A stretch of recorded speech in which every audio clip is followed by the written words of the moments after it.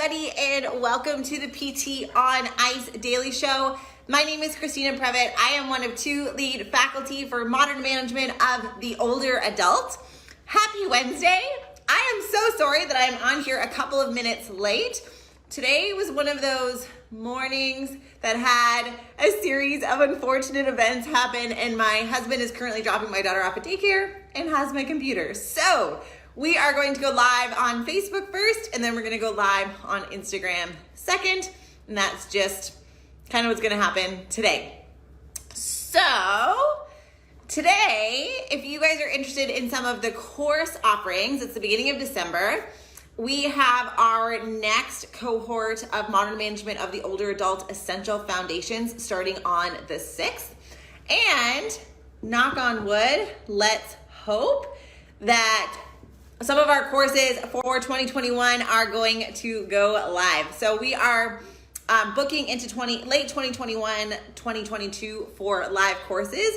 So if you guys are interested in having us come to your neck of the woods, just reach out and we can get a modern management course out in your area. So if you guys have been following me on Instagram, I've been kind of documenting my journey becoming an internal pelvic therapist and trying to intersect my worlds of Geri PT and pelvic health. And I've started to notice a few things. So my caseload, I'm really trying to target working with women who are in their 50s or older, or men as well. I haven't had experience in that area just yet, but working with women as they go through menopause and get into their 60s and 70s to help with pelvic floor dysfunction. What we are starting to see, and I think this is great, is that we are advocating very strongly for giving women the knowledge, skills, and advocating for their role, or the pelvic health role, in returning to exercise postpartum. If you guys see me on Monday, you've seen me talk about this. One of the things that I have really identified as a huge gap is helping our older adult clients. We are starting to see women around menopause, so late 40s to late 50s, kind of in that decade of life, where they're starting to experience that drop in estrogen, which has an associated number of symptoms, vasomotor symptoms, hot flashes, vaginal dryness, issues that could be painful with sexual intercourse or penetration of any type, and we're starting to see that those changes are occurring. What I'm also starting to see is that there is a certain dismissal of our older adult clients when it comes to certain aspects of pelvic health. And I'm going to give you an example. So this week, I treated a woman who was in her early 70s, working in the community still. She hasn't retired. She's just a rock star. Was coming in and having trouble coughing, sneezing, or doing anything quickly. She would have leaking.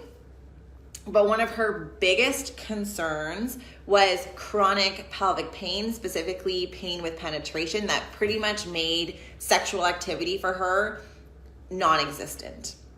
And so we were going through her subjective, and I was talking about, when was the last time you had a pap test? Have you talked to your doctor about any of these concerns? And I asked, because she was having, she couldn't even put a finger down in her vaginal area without sharp pain, burning, and she had had a pap test less than 6 months ago. And I said, so what happened with the pap test? And they said, oh, well, they just told me it'll be over soon, and to cough, or to not cough, to close my eyes and breathe. And I was just thinking how traumatic that would be for me if I was telling a healthcare provider that I was in pain and that this was not, I was not feeling good about this, and they just said, oh, just calm down. The second thing is that I have another client who's in her 80s with a very similar presentation, but she had a history of sexual assault. And that is still very, very traumatic for her, and happened relatively recently. And to have those types of experiences where you're still trying to get into these pelvic exams could be really traumatizing. And so I just started thinking about what we are starting to see in the literature when it comes to pelvic floor dysfunction, and where are the gaps in terms of how are we as PTs missing the boat? How are we not helping our older adult clients? And so I have a couple of things that I've kind of thought of. Number one is that what we know is as women transition through menopause and as our hormone profile changes, risk of pelvic floor dysfunction and prolapse increase. What that means is that many of our older adult clients are wearing pads when they're coming to PT, and we don't know. And we don't realize that they're hesitating to potentially lift heavy weights. And the reason why they are hesitating is not because they don't think that they can lift the weight. It's because they think they're going to have a complete evacuation of their bladder as they are lifting something up.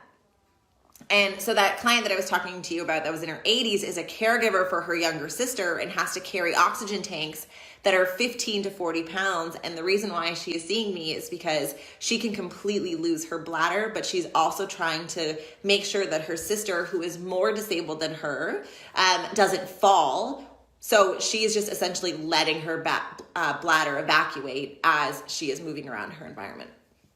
So for her, it's not the fact that she doesn't have the strength to lift these things. Well, strength in her pelvic floor is another question, but she doesn't have, like, her primary movers are strong enough. Her stabilizers are not as strong as they need to be. And so it's a barrier for a lot of aspects of her life. So number one is if we're trying to do an exercise program and we're not asking about if there's any leaking with costies or exercise, then we may actually be hitting up against a wall or a barrier to exercise that we don't know is existing. So we need to make sure that we are asking.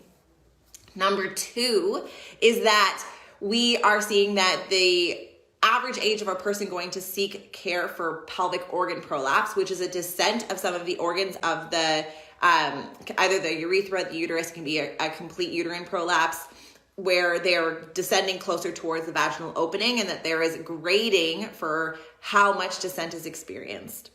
The average age to seek care for a prolapse is actually not postpartum and is 61 years old. And I think some of that may be because of changes in hormone profile, ligamentous laxity, and all those types of things. What women can be experiencing with a prolapse is they can be experiencing issues with incontinence, issues with feelings of abdominal pain or heaviness down towards their lower abdomen or actually into their vaginal opening. And they may experiencing something like a bulge or a feeling like they're rocking over a tennis ball if they are going from a semi-recumbent to a seated position. So those are some of the things that they'll experience. And oftentimes they can go through surgical management to try and lift up the organs to create essentially an additional sling to support the pelvic floor. Unfortunately, though, we know that pelvic organ prolapse is a subjective disorder and that the percent grading of descent of those organs does not necessarily translate into symptoms, and pelvic floor PT can be really, really beneficial. And so we need to start advocating for our role working with older adults with these types of conditions, because oftentimes they enter into the medical system and they're looking for, help with potentially urine output. So they're getting ultrasounds and CTs done of their bladder, which could be indicated, but may not be. They may be experiencing other symptoms that pelvic floor muscle training can help to alleviate. And they aren't being, PT isn't being considered the first line of care. They're looking at medical systems first, where conservative management can be extremely beneficial and can save our healthcare system a lot of money. Number three is that pelvic PT should not be in a silo. If you are working in a skilled nursing facility, assisted living, we have things that we can do with our management plan to help with incontinence, which is going to even reduce burden on some of our other teammates in our multidisciplinary team so that we can help with just day-to-day function and flow in the facility.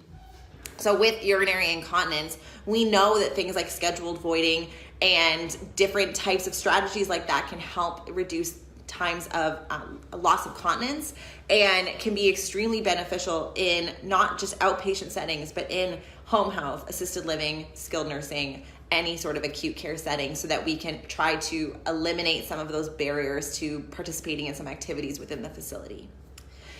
And if you are not an internal pelvic PT, there's still a ton we can do from an intervention perspective. We can start making sure that we're highlighting breath. We can talk about urgency incontinence. Usually urgency is related to anxiety-linked behaviors and fear of loss of bladder. So we can look at strategies that women can do, or men can use, to try and delay the urge to go to the bathroom, which can lengthen the amount of time between having to go to the bathroom and allow the bladder to fill up more fully. And we have some external techniques like a compressed active straight leg raise that's going to allow us to know if there's hypertonicity or hypotonicity with a fair amount of accuracy, to know if we can start doing things that are going to be beneficial to help with the pelvic floor, that is going to be very symbiotic and helpful in our course of care. And so these are things that we can be doing as geriatric PTs, not necessarily internal pelvic floor therapists, that are going to facilitate the strength development and functional capacity increases that we're trying to have with our older adults. Finally, I've talked about this before on the podcast, urinary incontinence is the second leading cause of transition into institutionalized care. So if you are seeing people before they are at that risk of loss of independence, and we are not talking about incontinence, we could be missing a huge opportunity to keep a person in their house. And so what are things that we can do? What are referrals that we can make? Can we open up this conversation? Oftentimes, unless we are specifically asking our clients, do you have trouble with this? Is this something that is causing concern or is creating a burden between you and whoever your caregiver is? Let's have a conversation about this. It's going to be a way that you can potentially keep a person in their house indefinitely. Because if that's the reason why the caregiver is getting burned out because they're having trouble with cleaning or caring for issues with incontinence, then we can definitely think about ways that we can try and help to facilitate.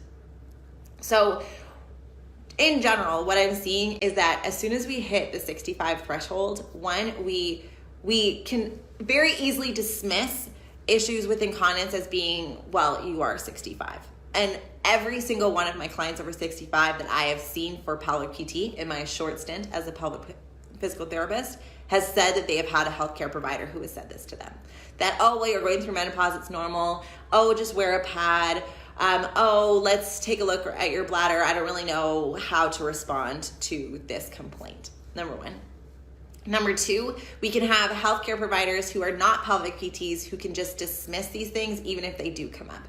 And I think that that is wrong. We have a lot of tools in our toolbox that we can use as geriatric PTs in order for us to be able to help these individuals work through these situations. Three is we know that it is one of the main reasons for transition to long-term care. So if we know that that's the case, and it's going to be a more important reason for transition than even some of our strengthening programs, then it's probably what we should be targeting first, because it's going to make the biggest difference for a lot of our older adult clients. And fourth, we have a lot of interventions that we can use in order for us to be able to help with this in clinic. So what we can be doing is manipulating breath, talking about how to properly perform a Kegel, talking about delayed urgency or trying to do strategies like a bladder diary so we can take a look if there is something going on that we can change and have a conversation. And finally, sex does not stop after 65. Maybe something we don't want to don't want to think about or we don't think that people want to bring up, but every single one of my clients, we have questions about sexual function, and every single one of them has been almost in tears talking to me about the fact that they do have those urges to be sexually active with their significant other, but they've had pain or issues, or they're embarrassed because they're leaking. All of these things that come into play that has prevented them from being sexually active, and it has negatively impacted their relationship with their partner. And so if our clients don't have anybody to talk to about sexual function, then they feel like they're on their own and that they have this big part of their life that they want to be expressing, but they aren't able to. And so one of my clients who's in their 70s said that this pain with sexual intercourse has been going on since her second child was born 30 years ago. And she's brought it up to her physician and hasn't been able to do anything. And it's created a situation where she would either just grunt and bear it that she would have sexual intercourse with her husband, which is not something that creates intimacy in her relationship, or 2, she just has stopped having sex with her husband and it's created issues within their relationship.